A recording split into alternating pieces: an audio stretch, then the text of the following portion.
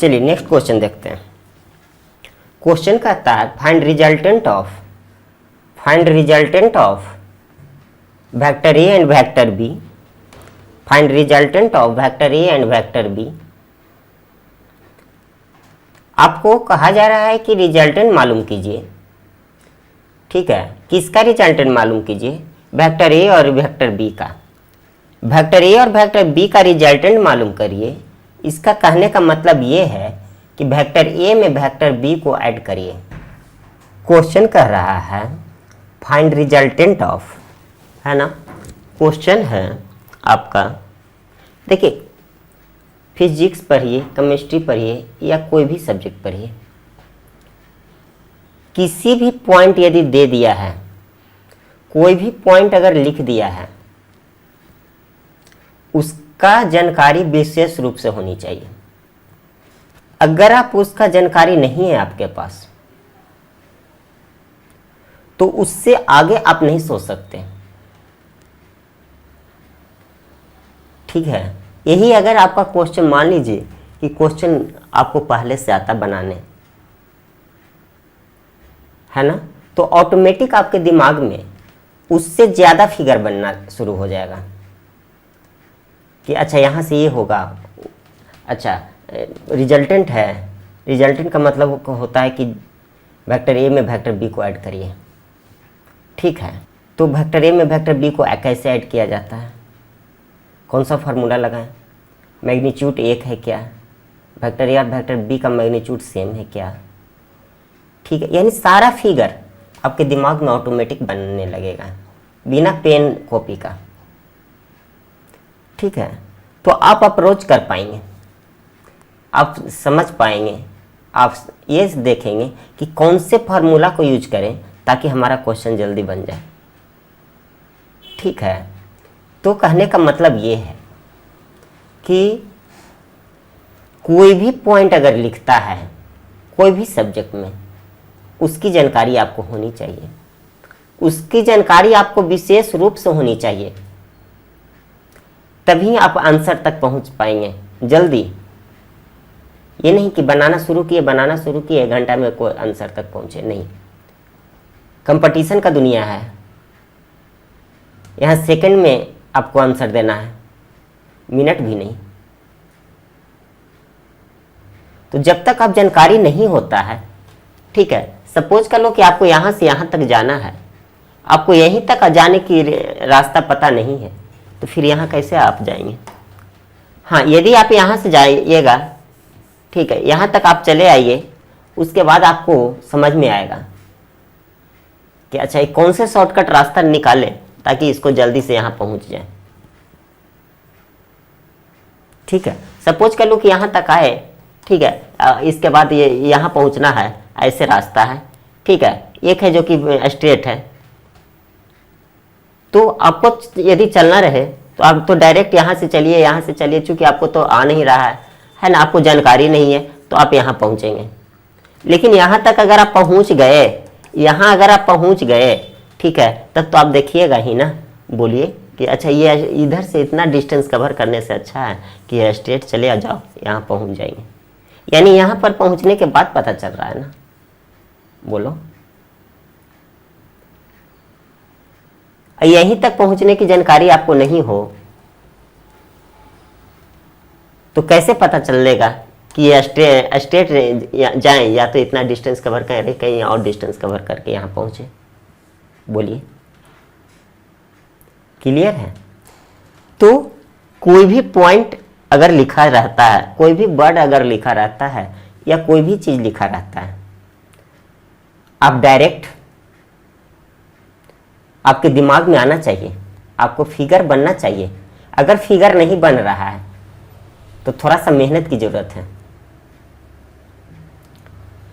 ठीक है, चलिए क्वेश्चन कह रहा है फाइंड, पता करिए resultant of vector A and vector B.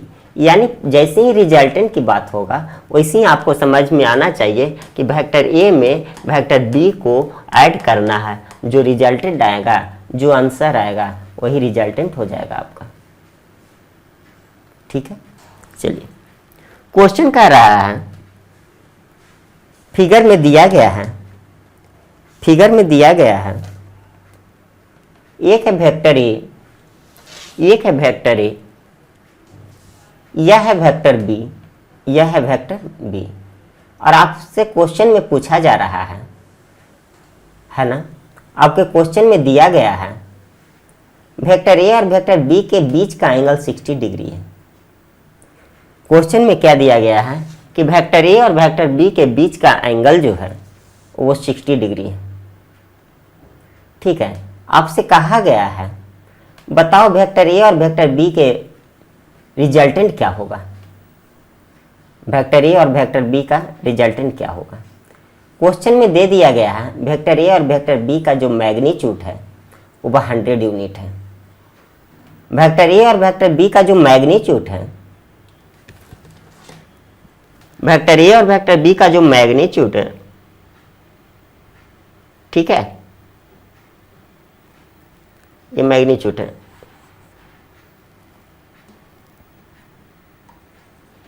इसको ये कर लेंगे, ठीक है, मोड़ लगा देंगे, ये गलती से ब्रैकेट पड़ा हुआ है, ठीक है। चलिए, क्वेश्चन में कहा गया है कि वेक्टर ए और वेक्टर बी का जो मैग्नीट्यूड है वो 100 यूनिट है। यूनिट में तो कुछ भी हो सकता है, नहीं, मीटर, सेंटीमीटर, डेसीमीटर, कुछ भी हो सकता है। क्वेश्चन में कहा गया है कि वेक्टर ए और वेक्टर बी के बीच का एंगल 60 डिग्री है। वेक्टर ए और वेक्टर बी के बीच का एंगल कितना है? 60 डिग्री है। वेक्टर ए का जो मैग्नीट्यूड है और वेक्टर बी का जो मैग्नीट्यूड है वो वह इक्वल है। वेक्टर ए का जो मैग्नीट्यूड है और वेक्टर बी का जो मैग्नीट्यूड है वह इक्वल है। वह इक्वल कितना है? 100 यूनिट है। क्लियर है? यानी वेक्टर ए और वेक्टर बी के बीच का एंगल आपको दे दिया गया है। वेक्टर ए और वेक्टर बी का जो मैग्नीट्यूड है, यानी वेक्टर ए का जो लेंथ है और वेक्टर बी का जो लेंथ है वह इक्वल है ना? कितना है? 100 यूनिट है। अब आपसे पूछा जा रहा है कि रिजल्टेंट क्या होगा, यानी vector A plus vector B का जो रिजल्टेंट होगा, ठीक है, vector A plus vector B का जो रिजल्टेंट होगा, यानी रिजल्टेंट वेक्टर जो होगा वो क्या होगा, यानी रिजल्टेंट का लेंथ क्या होगा और रिजल्टेंट का डायरेक्शन क्या होगा, आपसे यही पूछा जा रहा है। वेक्टर ए का मैग्नीट्यूड, वेक्टर बी का मैग्नीट्यूड पता है 100 यूनिट, वेक्टर ए का मैग्नीट्यूड 100 यूनिट, वेक्टर बी का मैग्नीट्यूड 100 यूनिट, है ना? क्वेश्चन में कहा जा रहा है, इस प्रकार का फिगर दिया गया है। क्वेश्चन में कहा जा रहा है कि वेक्टर ए और वेक्टर बी के बीच का एंगल जो है वो 60 डिग्री है। तो हम कैसे इसको बनाएंगे बताइए? ठीक है, कुछ बच्चे ये सोच रहे होंगे, कि रिजल्टेंट मालूम करना है ना। क्या मालूम करना है? रिजल्टेंट मालूम करना है ना। तो a square plus b square plus 2ab cos theta का यूज करो, रिजल्टेंट आ जाएगा, है ना? यही सोच रहे होंगे ना, बोलो। कुछ बच्चे यही सोच रहे होंगे कि root under a square plus b square plus 2ab cos theta का यूज करिए, रिजल्टेंट आ जाएगा। रिजल्टेंट निकालने के लिए तो हमें 3 ही चीज़ की जरूरत है ना।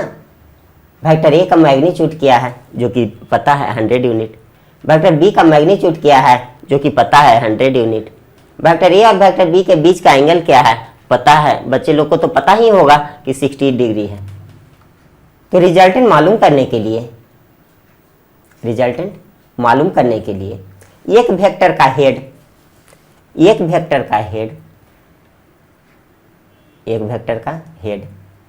है ना, एक वेक्टर का हेड दूसरे वेक्टर के टेल से कनेक्ट होना चाहिए।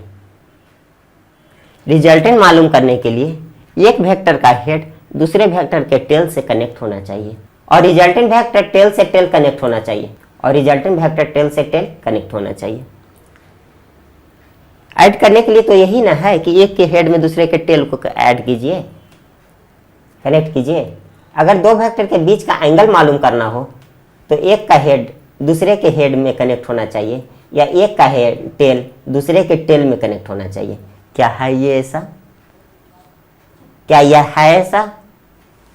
बताए थे ना कि दो वेक्टर के बीच का एंगल अगर पता करना होगा तो टेल से टेल जब तक कनेक्ट नहीं होगा, टेल से टेल जब तक कनेक्ट नहीं होगा, जब तक हम जो ऐसे आप लोग अब दो वेक्टर के बीच का एंगल हम लोग नहीं पता कर सकते। देखिए तो ये टेल से टेल कनेक्ट है, ये दो बीच का एंगल वेक्टर ए और वेक्टर बी के बीच का एंगल जो है 60 डिग्री जो है, बताइए तो ये टेल से टेल कनेक्ट है, एक के हेड में दूसरे का टेल कनेक्ट है। तो क्या ये दोनों वेक्टर एक के बीच का एंगल हम 60 डिग्री बोल सकते हैं क्या? नहीं ना। यानी जब तक एक वेक्टर के हेड में दूसरे वेक्टर का हेड यदि कनेक्ट नहीं होता है, या एक वेक्टर के टेल में दूसरे वेक्टर का टेल कनेक्ट नहीं होता है, जब तक दो वेक्टर के बीच का एंगल को हम लोग नहीं बता सकते, हम लोग नहीं बता सकते। बात समझ में आई? तो देखिए तो एक के हेड में दूसरे का टेल कनेक्ट है क्या? है ना।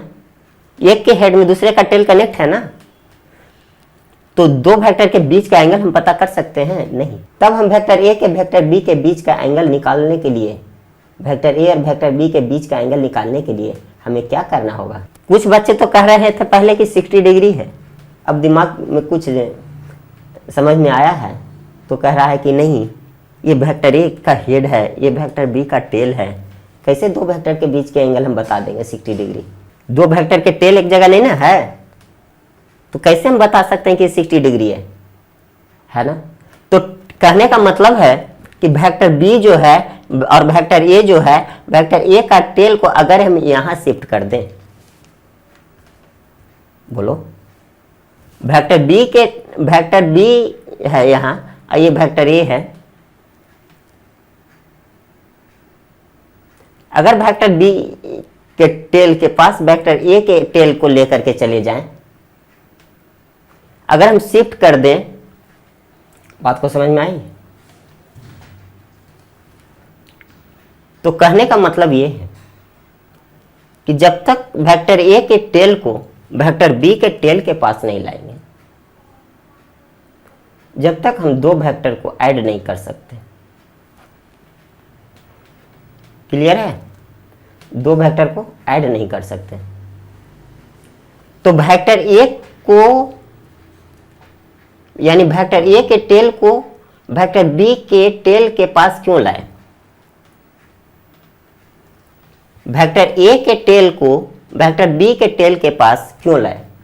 इसलिए लाए वेक्टर ए को वेक्टर बी के टेल के पास कि जब भी दो वेक्टर के बीच का एंगल अगर पता करना होगा, ठीक है, तो जब तक टेल से टेल कनेक्ट नहीं होगा, जब तक हम लोग दो वेक्टर के बीच का एंगल को नहीं बता पाएंगे, दो वेक्टर के बीच के एंगल को नहीं बता पाएंगे। अगर ये यहाँ पे हेड है, यहाँ पे टेल है, ठीक है, तो इसको यहाँ पर लेकर के चले आओ, लेकिन उससे तो अच्छा है कि इसको जो है स्लाइड करो, इसको शिफ्ट कर दो, ये एंगल को भी शिफ्ट करने की जरूरत नहीं है। बोलो, सिर्फ वेक्टर ए को यहाँ पे शिफ्ट कर दो, सिर्फ वेक्टर ए को यहाँ पर आप शिफ्ट कर दीजिए, तो टेल से टेल कनेक्ट हो गया क्या? बोलिए, टेल से टेल कनेक्ट हो गया क्या? तो बताइए, ये टोटल 180 डिग्री, ये टोटल 180 डिग्री माइनस इसमें से इतना जो है, इसमें से इतना जो है, इसमें से इतना एंगल आपको पता है कि 60 डिग्री है, इसमें से इतना एंगल आपको क्या है पता है कि 60 डिग्री है, यानी 180 डिग्री में से इतना को हटा दो, 180 डिग्री में से 60 डिग्री को हटा दो, यानी 180 degree minus 60 degree, 180 degree minus 60 degree, ठीक है, क्या 120 डिग्री होगा क्या? बोलो, कितना डिग्री? 120 डिग्री। तो कहने का मतलब कि पहले तो बच्चे ये कह रहे थे कि 60 डिग्री है, बोलो, बच्चे पहले कह रहे थे कि 60 डिग्री है, लेकिन बताइए तो अगर हम शिफ्ट किए तो क्या वेक्टर ए और वेक्टर बी के बीच का एंगल 60 डिग्री दिखाई दे रहा है? नहीं। कितना डिग्री है? 120 डिग्री। यानी वेक्टर ए का मैग्नीट्यूड, वेक्टर ए का मैग्नीट्यूड 100 यूनिट, वेक्टर बी का मैग्नीट्यूड 100 यूनिट, और वेक्टर ए और वेक्टर बी के बीच का एंगल यानी थीटा की कितना है आपका? 120 डिग्री। चलिए, अब बन सकता है क्या? अब ये प्रॉब्लम बन सकता है, ठीक है।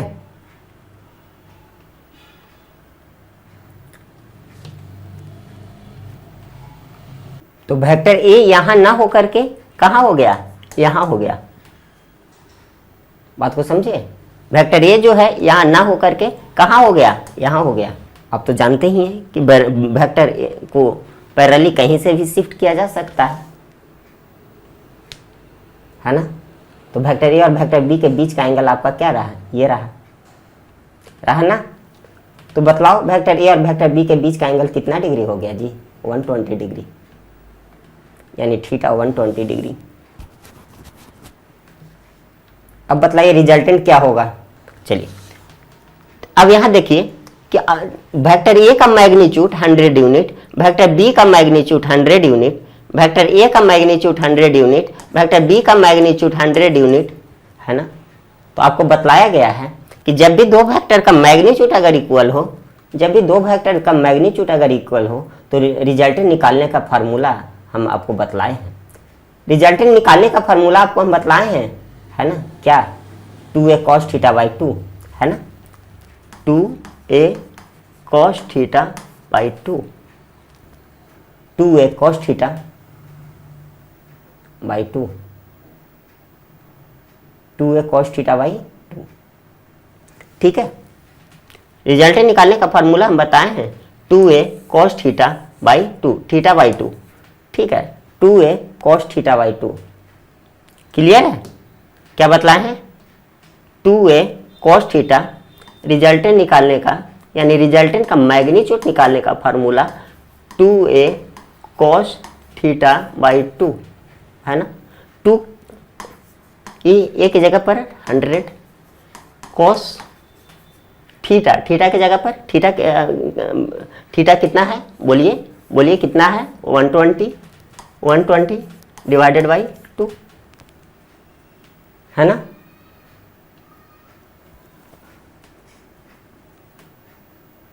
चलिए बनाइए।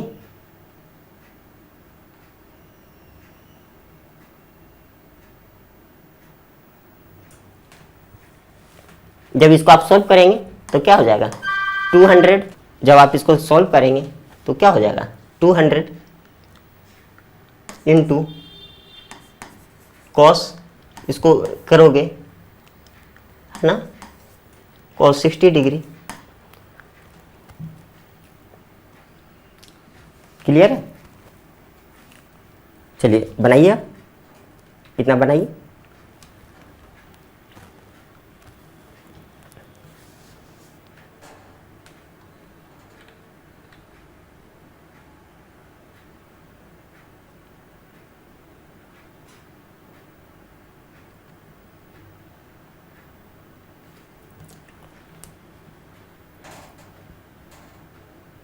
क्लियर है।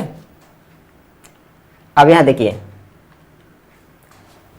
200 cos 60 डिग्री, 200 cos 60 डिग्री, यही है ना। तो 200 cos 60 डिग्री है ना, बोलो।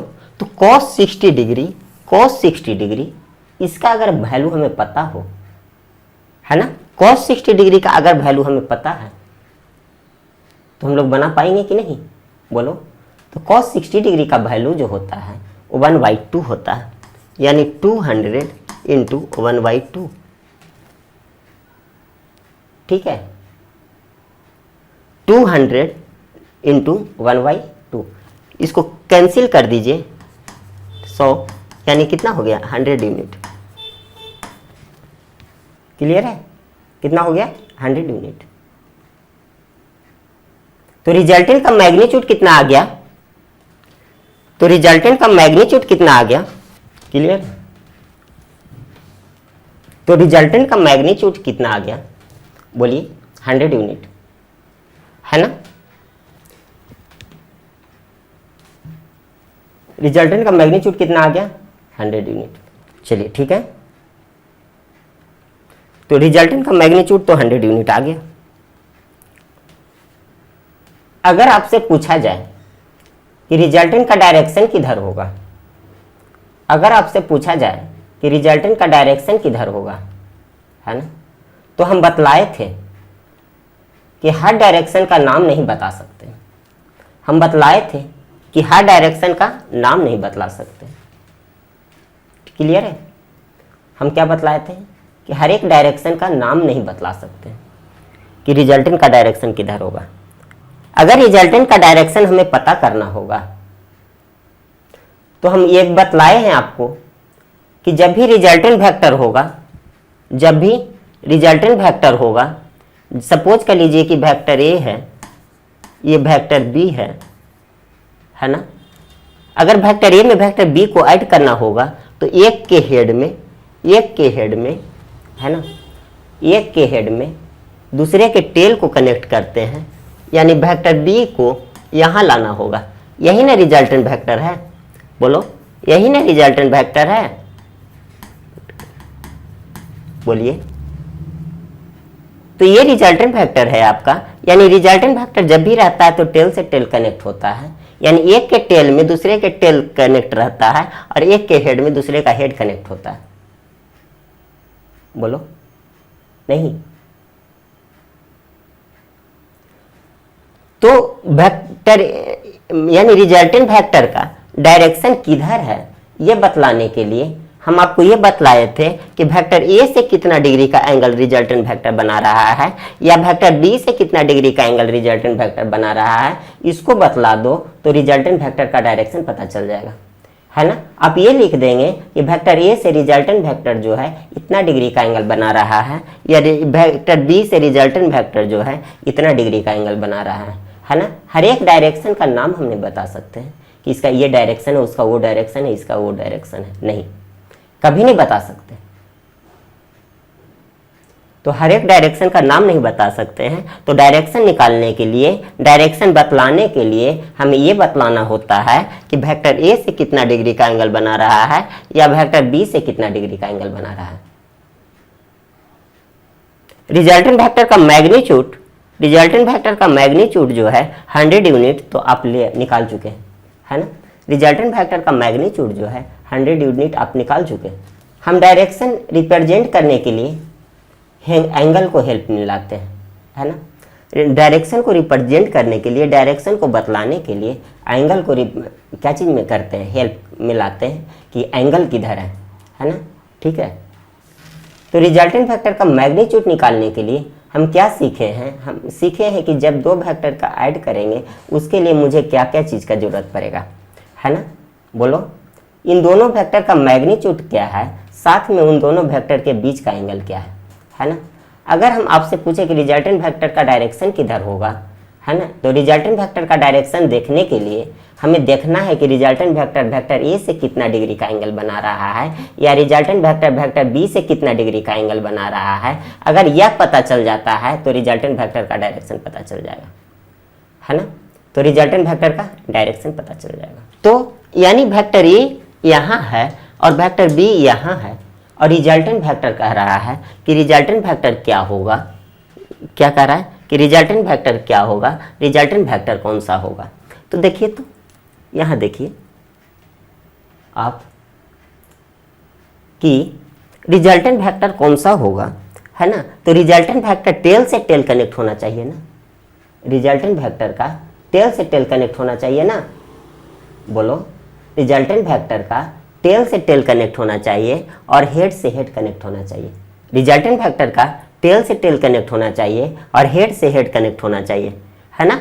तो देखिए, तो ये अगर ये एक हेड में दूसरे रिजल्टेंट का डायरेक्शन निकालने के लिए आपको बतलाए थे tan अल्फा, tan अल्फा आपको बतलाए थे रिजल्टेंट वेक्टर को निकालने के लिए tan alpha b sine theta divided by a plus b cos theta, b sine theta divided by a plus b cos theta.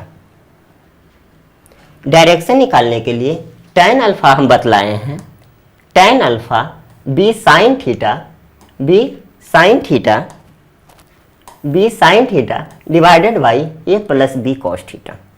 b sine theta divided by a plus b cos theta, b का मतलब vector b का magnitude क्या है, vector B का magnitude क्या है, theta का मतलब वेक्टर ए और वेक्टर बी के बीच का एंगल क्या है, वेक्टर ए और वेक्टर बी के बीच का एंगल क्या है। उसी प्रकार से एक मतलब वेक्टर ए का मैग्नीट्यूड क्या है, वेक्टर बी का मैग्नीट्यूड क्या है, और थीटा मतलब वेक्टर ए और वेक्टर बी के बीच का, वेक्टर ए और वेक्टर बी के बीच का एंगल क्या है ना। तो वेक्टर ए और वेक्टर बी के बीच का एंगल, वेक्टर ए और वेक्टर बी के बीच का एंगल आप लोग अभी निकाल चुके हैं 120 डिग्री ना, कि 60 डिग्री, जल्दी बोलिए कितना डिग्री, 120 डिग्री नहीं, कितना डिग्री, 120 डिग्री। तो अब देखिए कि इसका रिजल्टेंट किधर होगा, इसका रिजल्टेंट किधर होगा, वेक्टर ए और वेक्टर बी, वेक्टर ए और वेक्टर बी के बीच का एंगल जो है हम अब पता कर लिए कि 120 डिग्री होगा। कितना डिग्री होगा, 120 डिग्री होगा। अब यहाँ पर देखिए B sine theta, B vector B का मैग्नीट्यूड कितना है, 100 यूनिट, यानी 100 है ना, 100 साइन कितना, 120 degree, 100 sine 120 degree divided by a का मैग्नीट्यूड कितना है, बोलिए ए का मैग्नीट्यूड कितना है, 100, बी 100 प्लस बी का मैग्नीट्यूड कितना है, 100 है ना, कॉस थीटा, कॉस थीटा की जगह पर कितने रखेंगे, 120 डिग्री। क्लियर है, 100 sine 120 degree divided by 100 plus 100 cos 120 degree. ये हम क्या चीज़ निकालने जा रहे हैं, डायरेक्शन निकालने जा रहे हैं। क्या निकालने जा रहे हैं, डायरेक्शन।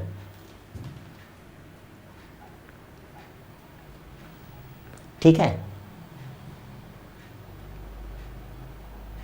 तो अगर दो वेक्टर का टेल से टेल कनेक्ट हो तो दोनों वेक्टर के बीच का एंगल मालूम किया जा सकता है ना। दो वेक्टर के बीच का एंगल, दो वेक्टर का टेल से टेल अगर कनेक्ट होता है तो दो वेक्टर के बीच का एंगल मालूम किया जा सकता है, यानी ये एंगल आपको मालूम किया जा सकता है। यानी यह एंगल मालूम करने के लिए हम आपको बताएं कि 60 degree total 180 degree minus 60 degree 120 degree. Clear है।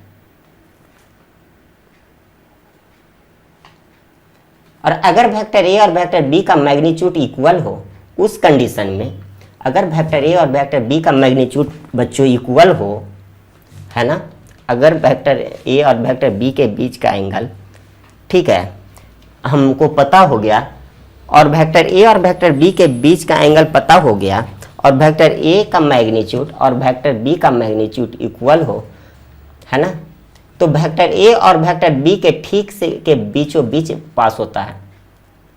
रिजल्टेंट वेक्टर जो होगा, रिजल्टेंट वेक्टर जो होगा, वेक्टर ए और वेक्टर बी, वेक्टर ए और वेक्टर बी के बीचों बीच पास होगा रिजल्टेंट वेक्टर।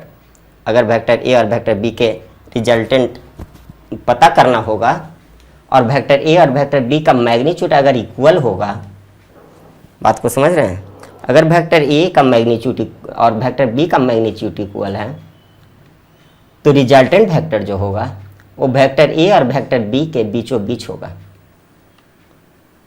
क्लियर है, वेक्टर ए और वेक्टर बी के बीचों बीच होगा। यहां देखिए वेक्टर ए इधर, वेक्टर बी इधर, वेक्टर ए इधर, वेक्टर बी इधर, रिजल्टेंट वेक्टर इधर। क्यों इधर?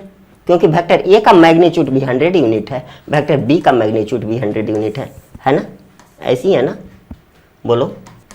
यह है वेक्टर ए, यह वेक्टर ए, ठीक है, और ये है आपका वेक्टर बी। क्लियर है, वेक्टर ए और वेक्टर बी है। रिजल्टेंट वेक्टर जो होगा, कहे थे कि अगर ये 100 यूनिट है और ये 100 यूनिट है तो रिजल्टेंट वेक्टर जो होगा ये बीचों बीच होगा। यही रिजल्टेंट वेक्टर आपका। क्लियर है, यही आपका रिजल्टेंट वेक्टर है।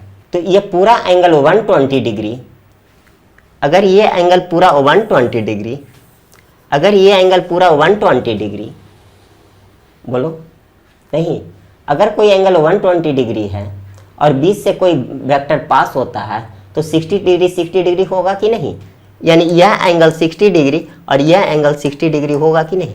फिर से देखो इसको, फिर से देखिए इसको, ये वेक्टर ए है, ये वेक्टर बी है, क्लियर है। वेक्टर ए और वेक्टर बी,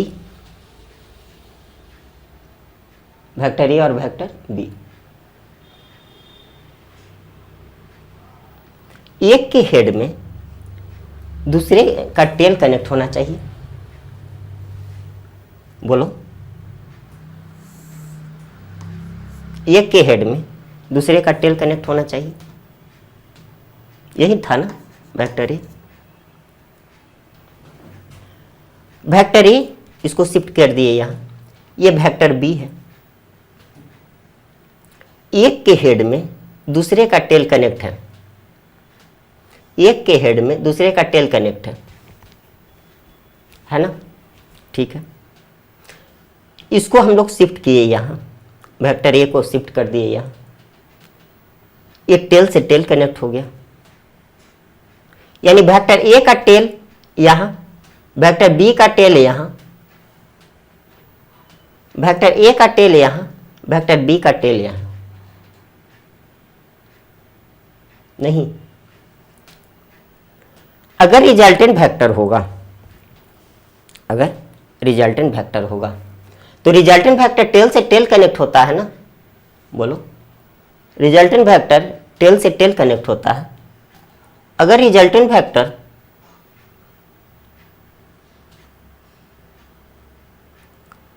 यहां से यहां कर दे, रिजल्टेंट वेक्टर यहां से यहां कर दे, तो ये टोटल एंगल 120 डिग्री, ये ठीक बीचों बीच अगर रिजल्टेंट वेक्टर पास हो रहा है, अगर ये बीचों बीच रिजल्टेंट वेक्टर पास हो रहा है तो ये 60 डिग्री और ये 60 डिग्री होगा कि नहीं होगा। बोलिए, होगा कि नहीं होगा। क्लियर है।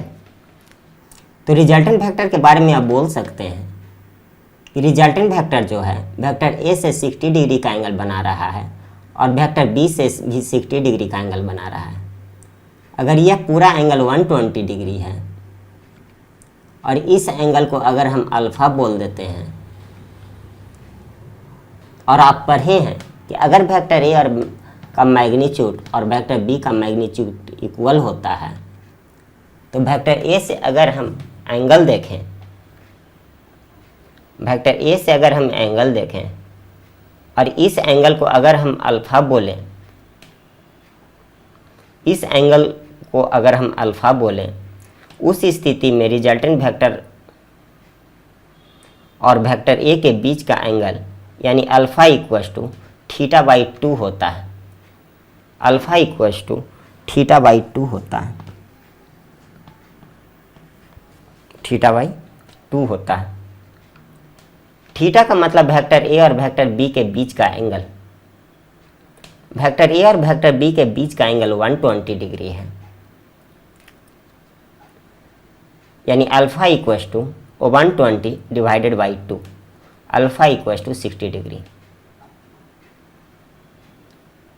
इसको कैसे लिखेंगे, इसको लिखेंगे रिजल्टेंट वेक्टर का मैग्नीट्यूड 100 यूनिट, रिजल्टेंट वेक्टर का magnitude 100 unit and it makes an angle 60 degree and it makes an angle 60 degree with the vector A, with the vector A,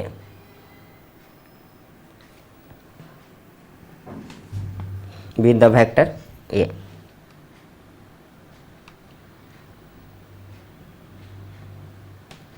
इसी क्वेश्चन को बनाने का दूसरा मेथड भी हो सकता है ना। इसी क्वेश्चन को बनाने का दूसरा मेथड भी हो सकता है। किसी लोग को कन्फ्यूजन हुआ होगा, है ना, या तो कन्फ्यूजन नहीं हुआ है तो कोई दिक्कत नहीं, अगर कन्फ्यूजन हुआ है तो बतलाएंगे। चलिए, किसी को यहाँ पर कन्फ्यूजन है, यहाँ पर क्या कन्फ्यूजन है, बोलिए। यहाँ पर देखिए,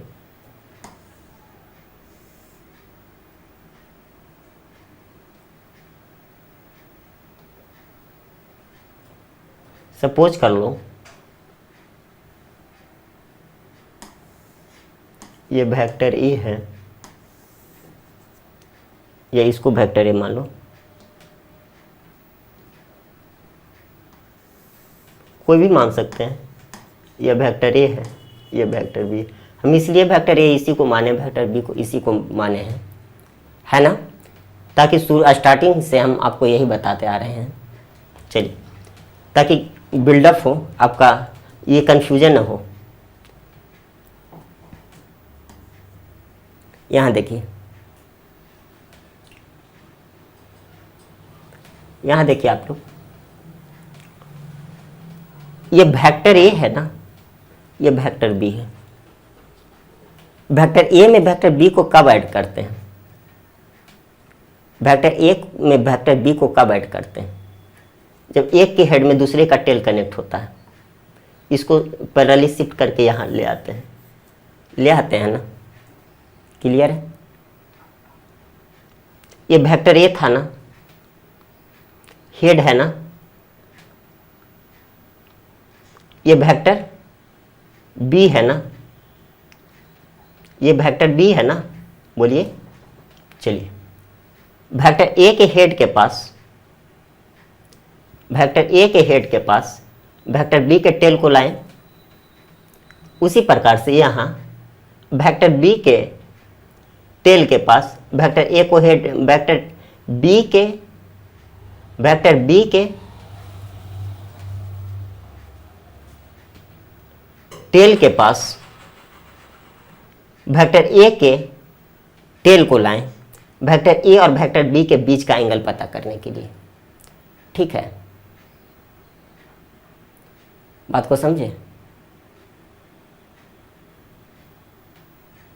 तो जो रिजल्टेंट वेक्टर यहां होता है, जो रिजल्टेंट वेक्टर होता है वो हेड और टेल कनेक्ट होता है, वेक्टर ए और वेक्टर बी, तब ना ये रिजल्टेंट वेक्टर होता है। बोलिए, हेड और टेल। क्या यहां पर वेक्टर ए और वेक्टर बी का हेड और टेल कनेक्ट नहीं है? बोलो, यहां पे दिखाई दे रहा है क्या? यहां पे वेक्टर, यहां देखो, वेक्टर ए का हेड और वेक्टर बी का टेल कनेक्ट किए और ये रिजल्टेंट वेक्टर हुआ। क्या यहां पे वेक्टर ए का हेड और वेक्टर बी का टेल, वेक्टर ए का हेड और वेक्टर बी का टेल क्या कनेक्ट नहीं है? बोलिए, कनेक्ट नहीं है ना?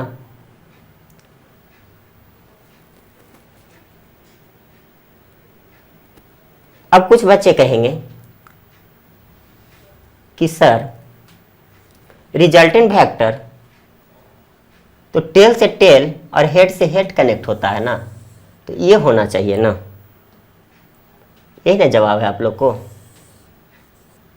ये होना चाहिए ना, यही होना चाहिए ना। वेक्टर ए का टेल से रिजल्टेंट वेक्टर का टेल कनेक्ट है, वेक्टर ए का टेल, वेक्टर ए का टेल रिजल्टेंट वेक्टर का टेल कनेक्ट है, वेक्टर बी का हेड रिजल्टेंट वेक्टर का हेड कनेक्ट है। कुछ बच्चे यही कहेंगे कि सर टेल से टेल कनेक्ट होता है और हेड से हेड कनेक्ट होता है रिजल्टेंट वेक्टर का, है ना। तो आप ये नया कैसे कर दिए? आप इधर तो ना टेल कनेक्ट हो रहा है ना हेड कनेक्ट हो रहा है। टेल तो कनेक्ट हो रहा है, हेड कनेक्ट ही नहीं हो रहा है। बोलो, यही समझ में आप लोग को आ रहा है ना?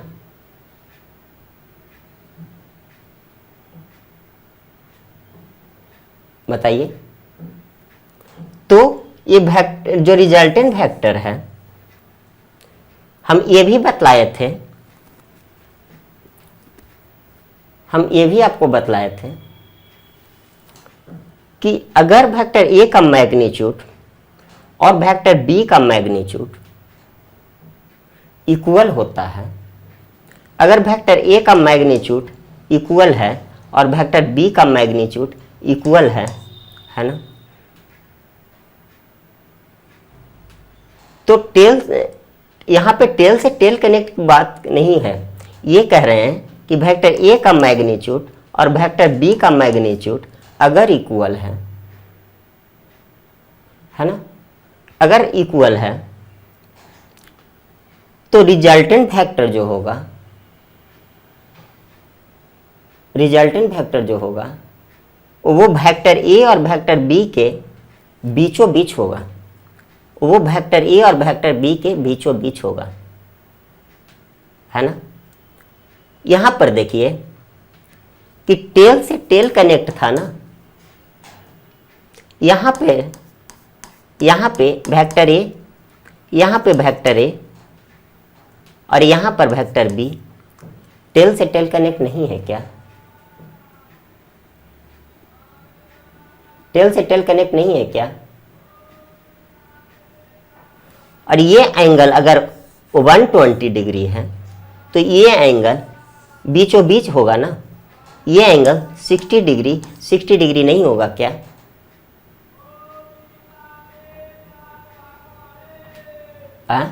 ये एंगल 60 डिग्री नहीं होगा क्या? यानी रिजल्टेंट जो है एक फोर्स इधर लग रहा है, एक फोर्स इधर लग रहा है और रिजल्टेंट वेक्टर कह रहा है कि रिजल्टेंट वेक्टर किधर होगा, तो रिजल्टेंट वेक्टर आपका इधरे होगा ना। बोलो, रिजल्टेंट वेक्टर आपका यही होगा ना, रिजल्टेंट वेक्टर आपका यही होगा ना। टेल से वेक्टर ए का टेल और वेक्टर बी का टेल कनेक्ट है, वेक्टर ए का टेल और वेक्टर बी का टेल कनेक्ट है। क्या यहाँ पे वेक्टर ए का टेल और वेक्टर बी का टेल कनेक्ट नहीं है क्या? यहाँ पे वेक्टर ए का टेल और वेक्टर बी का टेल कनेक्ट नहीं है क्या? बोलिए।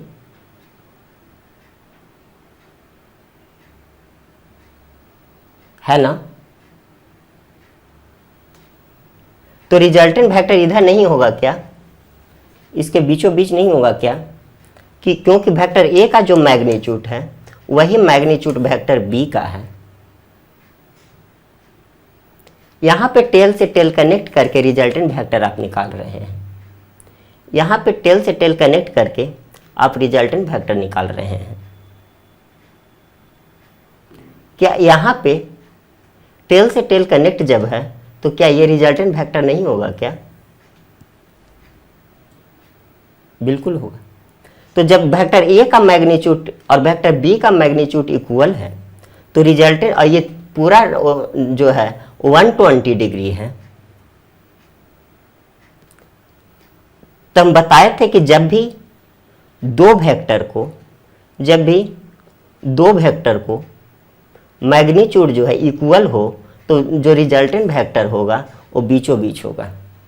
चलिए इसका हम सेकंड नियम से इसको बताते हैं।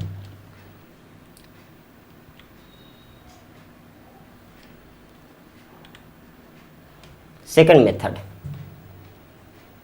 क्वेश्चन दे दिया गया है बच्चों, वेक्टर ए और वेक्टर बी का मैग्नीट्यूड जो है दोनों इक्वल है ना। क्वेश्चन दे दिया गया है वेक्टर ए और वेक्टर बी का जो मैग्नीट्यूड है, दिखाई दे रहा है ना, वेक्टर ए और वेक्टर बी का जो मैग्नीट्यूड है वो दोनों इक्वल है, दोनों का मैग्नीट्यूड 100 यूनिट है, दोनों का मैग्नीट्यूड 100 यूनिट है। वेक्टर ए का जो मैग्नीट्यूड है वही मैग्नीट्यूड वेक्टर बी का है, वही मैग्नीट्यूड वेक्टर बी का है।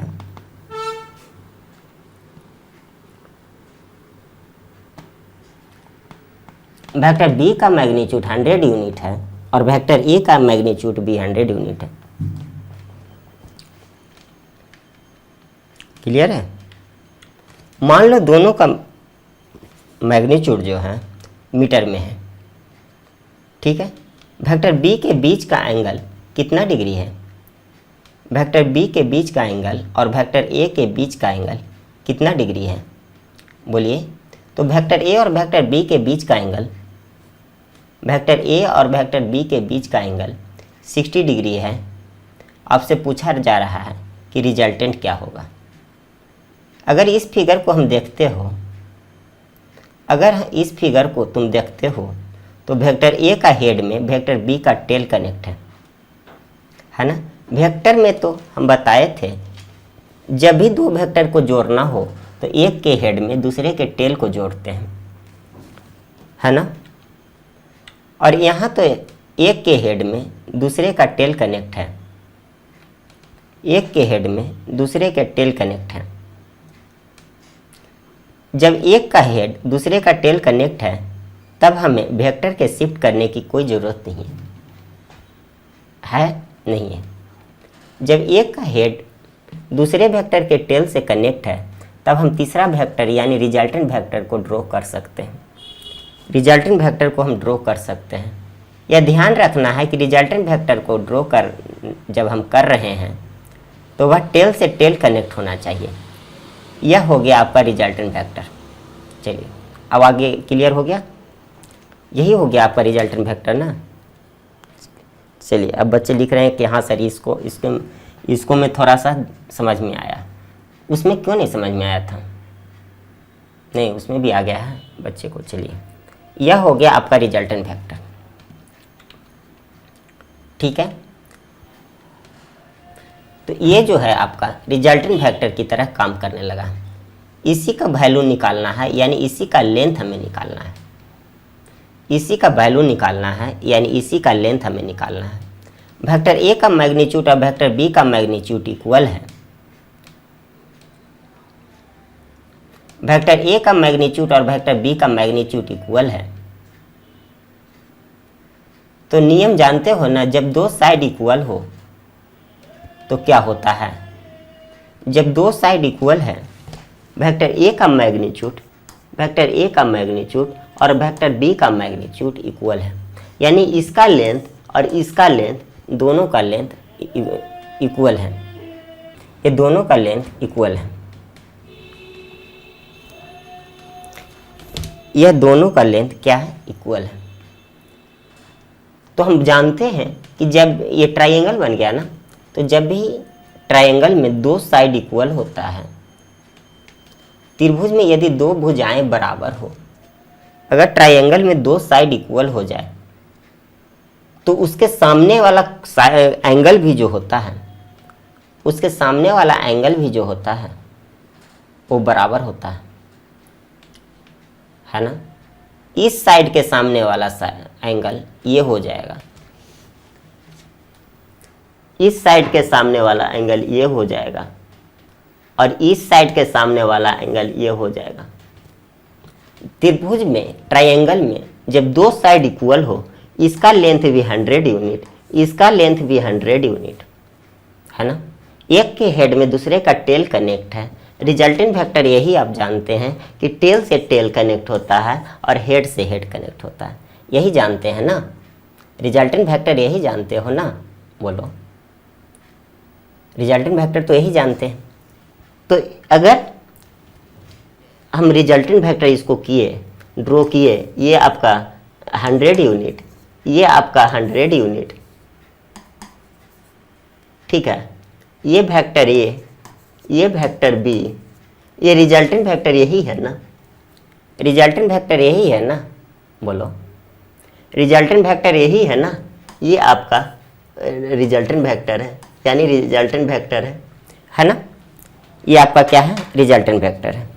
तो रिजल्टेंट वेक्टर जो है, रिजल्टेंट वेक्टर जो है, हम बताए हैं कि जब भी दो साइड इक्वल होता है, यानी इसका लेंथ भी 100 यूनिट है, इसका लेंथ भी 100 यूनिट है, इसका लेंथ भी 100 यूनिट है, और जब इसको रिजल्टेंट निकालने के लिए जब हम ड्रॉ किए तो ये ट्रायंगल बन गया। तो ट्रायंगल में जब दो साइड इक्वल होते हैं तो उसके सामने वाला साइड, उस साइड के सामने वाला एंगल भी जो होगा, यानी इसको हिंदी में सम्मुख कोण कहते हैं, सामने वाला जो कोण होता है वह भी इक्वल होता है, वह भी क्या होता है, इक्वल होता है। यानी ये साइड और ये साइड इक्वल है, यानी इस साइड और इस साइड का एंगल हमको देखना पड़ेगा, है ना। यानी इस साइड के सामने वाला एंगल ये होगा और इस साइड के सामने वाला एंगल ये होगा, ठीक है। तो इस साइड के सामने वाला एंगल, इस साइड के सामने वाला एंगल ये होगा और इस साइड के सामने वाला एंगल ये होगा। क्लियर? यानी कहने का मतलब कि ये दोनों एंगल, यानी यह दोनों एंगल इक्वल है, ये दोनों एंगल इक्वल है। तो एक एंगल 60 डिग्री क्वेश्चन में दिया गया है, एक एंगल 60 डिग्री, तो ये दोनों एंगल को इक्वल होना चाहिए, ये दोनों एंगल को इक्वल होना चाहिए। तो ये दोनों एंगल जब इक्वल है, इसका मतलब है और त्रिभुज के तीनों कोणों का जो है योगफल जो होता है वो 180 डिग्री होता है। और ये दोनों, ये एंगल 60 डिग्री है, ठीक है, ये एंगल 60 डिग्री है दिया हुआ है क्वेश्चन में। तो ये एंगल और ये एंगल, ये एंगल और ये एंगल को इक्वल होना होगा ना, क्योंकि ये साइड जब इक्वल है तो सामने, जब इसके सामने वाला साइड इक्वल और इसके सामने वाला, यानी इस साइड के सामने वाला एंगल ये और इस साइड के सामने वाला एंगल ये, जब दो साइड इक्वल होगा तो सामने वाले का जो एंगल होगा वो भी इक्वल होगा, वह भी क्या होगा, इक्वल होगा। तो ये एंगल 60 डिग्री, तो ये एंगल 60 डिग्री है ना, ये एंगल 60 डिग्री है। तो ये एंगल हम कितना बोल दें और ये एंगल कितना बोल दें, ये और ये एंगल नियम के हिसाब से इक्वल होना चाहिए, है ना। यानी 60 डिग्री, 60 डिग्री और 60 डिग्री होगा कि नहीं होगा, बोलो। यानी ये एंगल भी 60 डिग्री, ये एंगल भी 60 डिग्री होगा ना, बोलिए, बोलो। ये एंगल भी 60 डिग्री और ये एंगल भी 60 डिग्री। यहाँ तो कोई दिक्कत है नहीं। चलो, या इसके पहले वाले क्वेश्चन में अब यहाँ से देखो, क्लियर होना चाहिए आपको कि इसको ही वेक्टर ए को ही यहाँ शिफ्ट किए थे ना, वेक्टर ए को ही शिफ्ट किए थे ना इसके पहले वाले क्वेश्चन में, पहले वाले मेथड में। चलिए, तो क्या रिजल्टेंट वेक्टर को भी हम यहाँ शिफ्ट नहीं कर सकते हैं क्या, बोलो। तो ये वेक्टर ए, ये वेक्टर बी, ठीक है, ये आपका रिजल्टेंट वेक्टर। कोई दिक्कत यहाँ तक, कोई परेशानी है नहीं? तो यहाँ तक समझ में आया? यहाँ तक कोई परेशानी है नहीं? तो ये दोनों एंगल को 60 डिग्री होना होगा कि नहीं?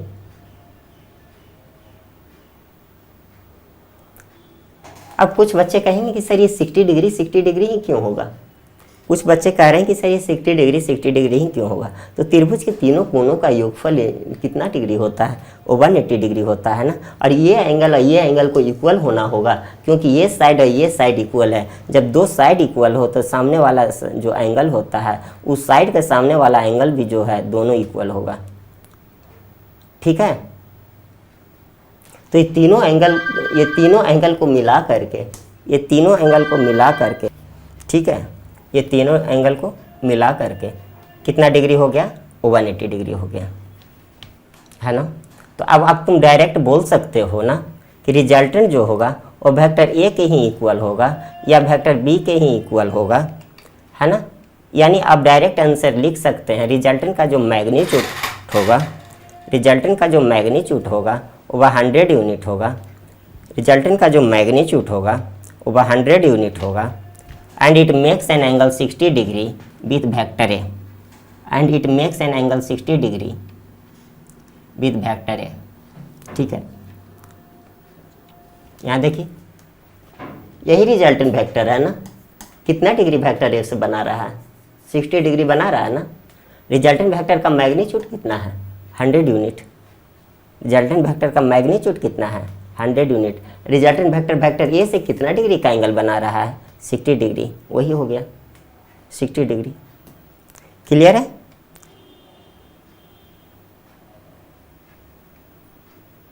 बोलो, ये वेक्टर ए है ना, ये वेक्टर रिजल्टेंट वेक्टर है ना। रिजल्टेंट वेक्टर वेक्टर ए से कितना डिग्री का एंगल बना रहा है, 60 डिग्री का एंगल बना रहा है ना, तो वही 60 डिग्री हो गया वेक्टर ए से।